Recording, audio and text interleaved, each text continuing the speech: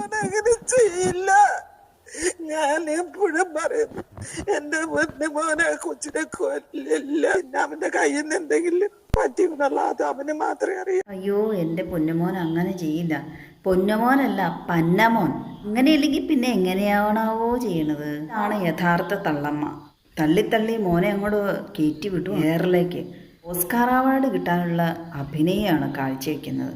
ആദ്യത്തെ കരച്ചിൽ കണ്ടപ്പോൾ അയ്യോ കണ്ണീരൊക്കെ നിറഞ്ഞ തുളുമ്പി അങ്ങോട്ട് സങ്കടക്കടലിൽ നിന്ന് ഓർത്തു. പക്ഷേ ഒട്ടനെ ഭാവം മാറി. യഥാർത്ഥ സ്വഭാവം മുഖത്തേക്ക് വന്നു. മുഖം മനസ്സിൻ്റെ കണ്ണാടി എന്നാണ്. ഇപ്പം ഈ തള്ളമ്മ ഇങ്ങനെ തള്ളി ഓരോന്ന് പറഞ്ഞ് ഇനി ആ അവനെ തല്ലി ചതച്ചു എന്നാക്കുമെന്നുള്ളതാണ്. അടി ഇടിയും തൊഴി മാത്രമല്ല, ആ കുഞ്ഞിനെ പൊള്ളിക്കും. അവന് ആ കൊച്ചിനോട് ദേഷ്യം തോന്നാൻ കാരണം ഈ അഖിലയുടെ അമ്മ സ്ഥലം എന്തോ എഴുതി നൽകാത്തതിനുള്ള ദേഷ്യമാണെന്നൊക്കെ പറയുന്നു.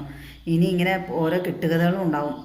അവന് എന്നാ ദേഷ്യമാണെങ്കിലും ആ കൊച്ചിനോട് തീർക്കേണ്ട ഒരാവശ്യമില്ല. പോലീസുകാരെ കസ്റ്റഡിയിലേക്ക് വാങ്ങി കൊണ്ടുപോകാൻ നേരത്തെ, കോടതി കൊണ്ടുപോകാൻ നേരത്തെ ഞൊണ്ടിയാണ് പോയിക്കൊണ്ടിരുന്നതെന്നാണ് പറഞ്ഞത്. അമ്മയുടെ ഈ അഭിനയം കാണുമ്പോൾ അറിയാലോ മകൻ അതിലപ്പുറം അഭിനയിക്കാൻ മിടുക്കനാണെന്നുള്ളത്.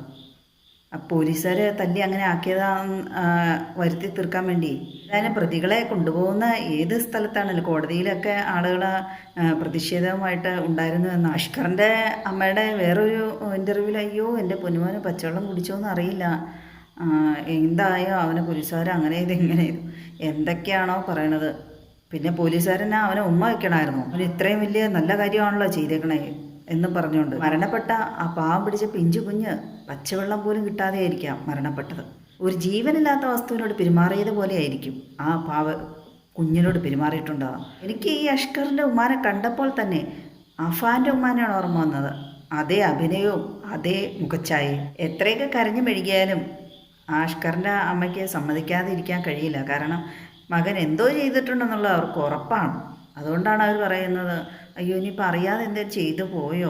അവൻ്റെ സഹോദരിയും അവനെ വെളുപ്പിക്കാൻ വേണ്ടി അവനെ സപ്പോർട്ട് ചെയ്യുകയാണ്. തൊണ്ടയിൽ ഭക്ഷണം പോയിട്ട് അങ്ങനെയല്ല, ഭക്ഷണം കഴിച്ചുകൊണ്ടിരുന്നു, പെട്ടെന്ന് ഛർദ്ദിച്ചു. മൂക്കിലും വായി കൂടെയൊക്കെ ഭക്ഷണങ്ങൾ വന്നു. ഞാൻ മൂക്കിൽ ഉറിഞ്ചി കളഞ്ഞു, വായിന്ന് കൈ കൊണ്ട് തോണ്ടിക്കളഞ്ഞു. എന്നിട്ട് അനക്കയില്ലാതെ ആയപ്പം അളിയനെ വിളിച്ചു. അങ്ങനെ ഹോസ്പിറ്റലിൽ കൊണ്ടുപോയെന്നാണ് എൻ്റെ അടുത്തും പറഞ്ഞത്. അഷ്കറിൻ്റെ സഹോദരിയുടെ അഭിമുഖത്തിൽ അഷ്കറും അഖിലയും പറഞ്ഞത് ആദ്യം ചോറ് തൊണ്ടയിൽ കുടുങ്ങി, പിന്നെ രണ്ടാമത് ഭക്ഷണമെല്ലാം മൂക്കിൽ നിന്നും വാലിൽ നിന്നെല്ലാം ചാടി വന്നു. പറയുന്നതെല്ലാം തട്ടും തടവും ആലോചിച്ചും ഒക്കെയാണ്. നുണയാണെന്നുള്ളത് ആ സഹോദരിയുടെയും ഒക്കെ ഇൻ്റർവ്യൂ കാണുമ്പോൾ മനസ്സിലാവും. സഹോദരൻ ചെറിയൊരു കമ്പെടുത്ത് ആ കൊച്ചിനെ അടിക്കണ കണ്ടു. അവർ പൂർണ്ണമായും സമ്മതിച്ചില്ലെങ്കിലും ആ അഷ്കറിൻ്റെ അമ്മയും സഹോദരിയുമെല്ലാം ഈ കുഞ്ഞിനെ ഉപദ്രവിക്കുന്നത് തീർച്ചയായും കണ്ടിട്ടുണ്ട്. അഷ്കർ ഉപദ്രവിക്കുന്നത് അതിൻ്റെ തീവ്രതയൊന്ന് കുറച്ച് കാണിക്കാൻ വേണ്ടി മാത്രം അവർ ചെറിയ കമ്പാണ്, ഭക്ഷണം കഴിക്കാത്തതുകൊണ്ടാണ് അടിച്ചുകൊണ്ടിരുന്നത് എന്നൊക്കെയാണ് ആക്കി തീർക്കുവാണ്. ആ അഷ്കറിൻ്റെ ഉമ്മ ഇൻ്റർവ്യൂവിൽ പറയുന്നത് ഒരിക്കലും അവർ അമ്മനെ അഷ്കർ താമസിച്ച വീട്ടിൽ പോയിട്ടില്ല. വേറൊരു വീഡിയോയിൽ അവർ പറയുന്നത് അവരൊരു ദിവസം പോയി താമസിച്ചിട്ടുണ്ട് എന്നതാണ്.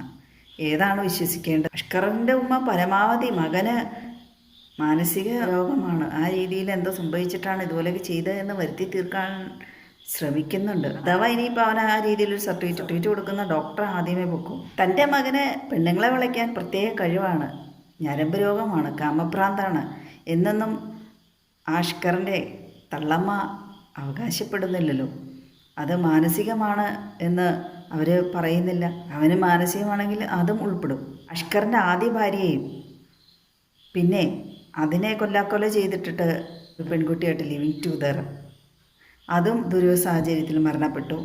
ഇപ്പോൾ അഖില അറിയപ്പെടുന്നു. ഇനി അറിയപ്പെടാത്ത വേറെയും ഉണ്ടോ എന്നറിയില്ല. അതൊക്കെ അവൻ്റെ അമ്മ കണ്ടില്ല എന്ന് നടിക്കുവാണല്ലോ. അവൻ വാഹനം ഓടിക്കുന്ന ആ സ്ത്രീയും വലിയ ലോഹ്യമാണെന്നൊക്കെയാണ് വാർത്തകളിലൊക്കെ. ആ സ്ത്രീയാണ് ഈ അഖിലയെ ഈ അഷ്കറിനെ പരിചയപ്പെടുത്തിയത് എന്നാണ്. ഇക്കാര്യത്തിൽ അഷ്കറിൻ്റെ അമ്മ അഖിലയുടെ അമ്മയെ കണ്ടുപിടിക്കണം.